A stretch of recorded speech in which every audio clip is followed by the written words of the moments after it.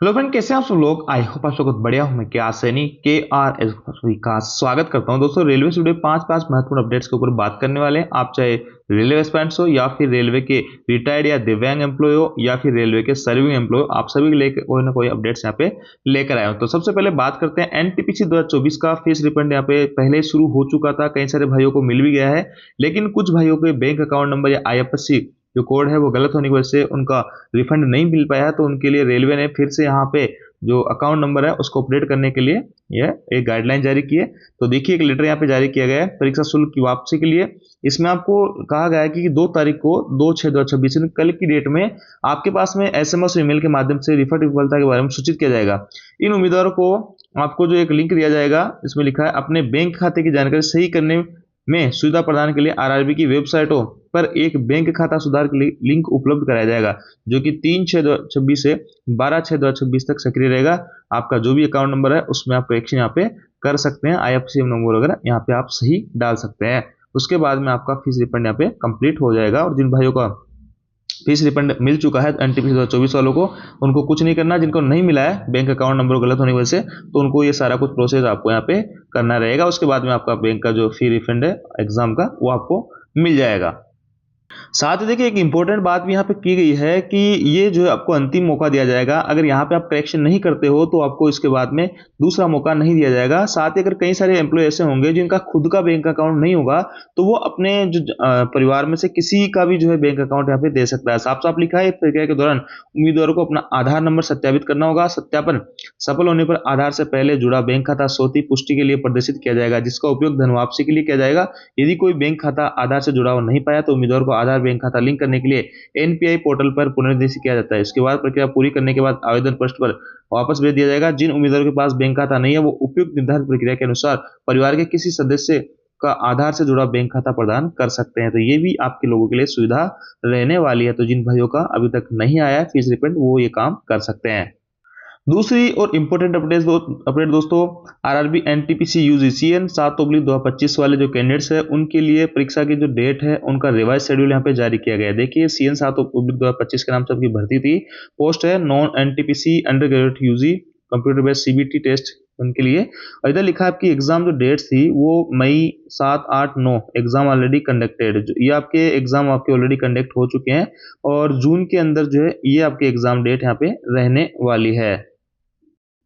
पहले जैसे कि यहाँ पे 15 जून को एग्जाम नहीं था। पहले वाला जो रिजल्ट आपका एग्जाम शेड्यूल जारी किया गया था उसमें चेंज करके अब आपका 15 तारीख को भी एग्जाम होने वाला है। और पहले जो 21 जून को एग्जाम था, वो अब आपको 21 जून को एग्जाम देखने को नहीं मिलेगा। 2 डेट में करेक्शन किया गया है। पहले 15 जो जून थी वो इंक्लूड नहीं थी, 21 जून थी। 21 जून को हटा के 15 जून यहाँ पे कर दिया गया। तो इस डेट को आपके एग्जाम यहाँ पे रहने वाले हैं। 4 दिन पहले आपको कॉल लेटर वगैरह, 10 दिन पहले आपके जो SC/ST वाले भाई लोग हैं ट्रेवलिंग के लिए, उनको यहाँ पे अथॉरिटी के लिए पास वगैरह जारी किया जाएगा।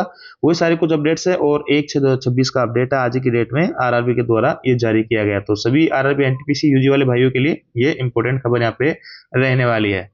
अब देखिए, जो रिटायर्ड और दिव्यांग एम्प्लॉय है उनके लिए बहुत इंपॉर्टेंट अपडेट है। देखिए, अभी तक होता क्या था, और ये जो है रेलवे बोर्ड का लेटर है। लेटर का नंबर ये है, सभी जीएम वगैरह को ये लेटर लिखा गया है। Guidelines for E pass PTO module of HRMS. अभी जो रेलवे के सर्विंग एम्प्लॉय है वो उनका पास और पीटीओ जो है अभी एचआरएमएस के माध्यम से जारी करता है। किसी का भी मैनुअल पास वगैरह पीटीओ वगैरह जारी नहीं करता है। जबकि रिटायर्ड कर्मचारी और दिव्यांग जो कर्मचारी थे उनको अभी तक भी जो है यहाँ पे मैनुअल पास और पीटीओ दिया जा रहा था। अभी यहाँ पे इस लेटर के तहत इनको भी मैनुअल पास जारी नहीं किया जाएगा। देखिए, यहाँ पे वो सारी कुछ चीजें लिखी हुई है कि इनको मैनुअल पास वगैरह जारी हो रहा था। और the matter regarding simplifying the issue of passes has been under consideration. It has therefore been decided that all passes for employees and retired should be generated through HRMS। यानी अब जो रिटायर्ड कर्मचारी जो है वो या जो सर्विंग एम्प्लॉय वगैरह हैं उन सबको एचआरएमएस के माध्यम से पास पीटीओ जनरेट किया जाएगा। Request for issue of pass in the manual mode by divyang employ retire will also be process through HRMS and passes will be generated through HRMS and not through pre printed stationery. यानी अब जो है दिव्यांग employ हो या फिर retire employ हो, उन सभी के लिए एचआरएमएस के माध्यम से ही सारी कुछ प्रोसेस होने वाली है। और जो प्री प्रिंटेड स्टेशनरी है उनके द्वारा आपको पास पीटीओ वगैरह जारी नहीं किया जाएगा। तो आपको एचआरएमएस के माध्यम से ही आप सारे कुछ पास पीटीओ वगैरह जारी किए जाएंगे। तो ये इंपॉर्टेंट अपडेट थी रिटायर्ड और दिव्यांग एम्प्लॉयज के लिए। चौथा और इंपॉर्टेंट अपडेट है, सर्विंग जो एम्प्लॉय है उनको हर साल यहाँ पे सेल्फ अप्रेजल एपीआर भरना पड़ता है। तो उसके लिए 27/5/2026 को फिर से एक लेटर जारी किया जाता है और आपकी जो डेट है एपीआर की वो एक्सटेंड कर दी जाती है। सारी कुछ जो चीजें है देखिए कब कब क्या क्या होने वाला है, ये सारी कुछ चीजें आपके ये न्यू टारगेट डेट यहाँ पे रखी गई है 15 जून 2026 तक आप लोगों के पास में समय है। तो जिन भाइयों ने अभी तक एपीआर नहीं भरी है ये आपको जरूर भरना चाहिए। सभी कर्मचारियों के लिए मस्ट होता है एपीआर भरना, तो इसमें कोई भी लापरवाही ना करे, एपीआर आपको यहाँ पे भरनी पड़ेगी। और 15 जून 2026 आपकी यहाँ पे ये लास्ट डेट यहाँ पे रहने वाली है और इसका आगे का जो काम रहता है वो किस हिसाब से यहाँ पे रहेगा वो सारी कुछ चीजें इसके अंदर दी हुई है। सारे के सारे लेटर मैं आपको टेलीग्राम ग्रुप में भेज दूंगा जिसका लिंक आपको डिस्क्रिप्शन में दिया है, वहां से जाके आप ज्वाइन कर सकते हैं और इनको डिटेल्स यहाँ पे आप एनालिसिस कर सकते हैं। देखिए दोस्तों, सीसीटीएस भर्ती चीफ कॉमर्शियल कम टिकट सुपरवाइजर के लिए नोटिफिकेशन जारी हुआ है। डेट 1/6/2026 का है। जबलपुर मंडल से डब्ल्यूसीआर के जबलपुर डिवीजन से लेटर नोटिफिकेशन जारी हुआ है। इसमें देखिए जो किस कौन कौन भाई लोग एलिजिबल रहेंगे वो all commercial department Jabalpur division, उन्हीं के काम का है जो कॉमर्शियल डिपार्टमेंट में काम कर रहे हैं, क्योंकि एलडीसी कोटे की भर्ती है और 10% जो पोस्ट है आपकी सीसीटीएस की वो एलडीसी कोटे से भरी जानी है। देखिए डायरेक्ट जो है लेवल 6 के अंदर यहाँ पे जाने का मौका रहेगा। कोई भाई सीसीटीसी लेवल 3 के अंदर काम कर रहा होगा तो वो भी ये एग्जाम यहाँ पे दे सकता है। इसके अंदर अलग अलग सर्विस वगैरह क्राइटेरिया वगैरह मांगा जाता है। देखिए इसके अंदर टोटल जो पोस्ट आपकी 12 पोस्ट रहने वाली है और एलिजिबिलिटी क्राइटेरिया यहाँ पे रखा गया है कि सीसीटीसी और सीनियर सीसीटीसी जो काम कर रहे हैं लेवल 3 से लेवल 5 के अंदर वो इसका एग्जाम दे सकते हैं। इनके लिए मिनिमम 2 साल की सर्विस यहाँ पे रेगुलर सर्विस मांगी गई है। तो अगर किसी भाई जो सीसीटीसी या सीनियर सीसीटीसी है और 2 साल उसको सर्विस को हो गए हैं तो और जबलपुर मंडल के अंदर कार्यरत है तो इस भर्ती के लिए वो आवेदन कर सकता है। और भी कुछ चीजें इसमें लिखी गई है और इसमें आपकी जो क्वालिफिकेशन क्या क्या मांगी जाती है एज वी आर ग्रेजुएट और इक्विवेलेंट क्वालिफिकेशन, आप जो ग्रेजुएट यहाँ पे होनी चाहिए किसी भी यूनिवर्सिटी से। 2 साल की रेगुलर सर्विस मांगी गई है और आपकी जो उम्र है वो 40 से ज्यादा नहीं होनी चाहिए। SC/ST के केस में 45 से ज्यादा नहीं होनी चाहिए।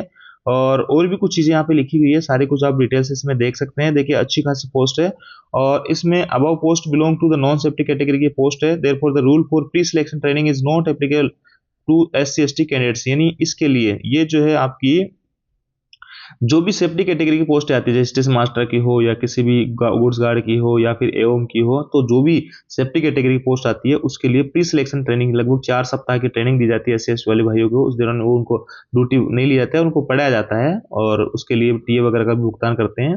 तो ऐसे में इसके लिए प्री सिलेक्शन ट्रेनिंग नहीं होगी क्योंकि ये नॉन सेफ्टी कैटेगरी की पोस्ट यहाँ पे आती है। और आगे मोड ऑफ सिलेक्शन आपका सीबीटी मोड पे आपका कंप्यूटर बेस्ड आपका होने वाला है एग्जाम। 110 क्वेश्चन रहेंगे, 100 क्वेश्चन आपको अटेम्प्ट करने हैं, 1/3 की माइनस मार्किंग भी रहेगी और 60% मार्क्स जो है आपको मिनिमम यहाँ पे लाने पड़ेंगे।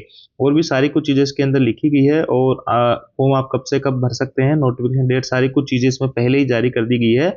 और हाउ टू अप्लाई, कैसे आप इसमें अप्लाई कर सकते हैं, सारी कुछ चीजें इसमें दी गई है। सिलेबस वगैरह आपको दिया हुआ है कि क्या क्या चीजें यहाँ पे पूछी जाएगी कोचिंग से और इसके अलावा इसका जो फ्लो चार्ट है वो भी इसके अंदर दिया है। तो सारी कुछ कंप्लीट जानकारी इस नोटिफिकेशन के अंदर दी गई है। तो जो भी भाई लोग जबलपुर डिवीजन में सीसीटीसी या सीनियर सीसीटीसी के पद पर कार्यरत और 2 साल आपको कंप्लीट हो गया तो इस भर्ती के माध्यम से आप सीसीटीसी लेवल 6 की पोस्ट पर जा सकते हैं। तो ये थी दोस्तों जानकारी। आई जानकारी आपको अच्छी लगी होगी, वीडियो आपको जरूर लगी दोस्तों जरूर कीजिएगा।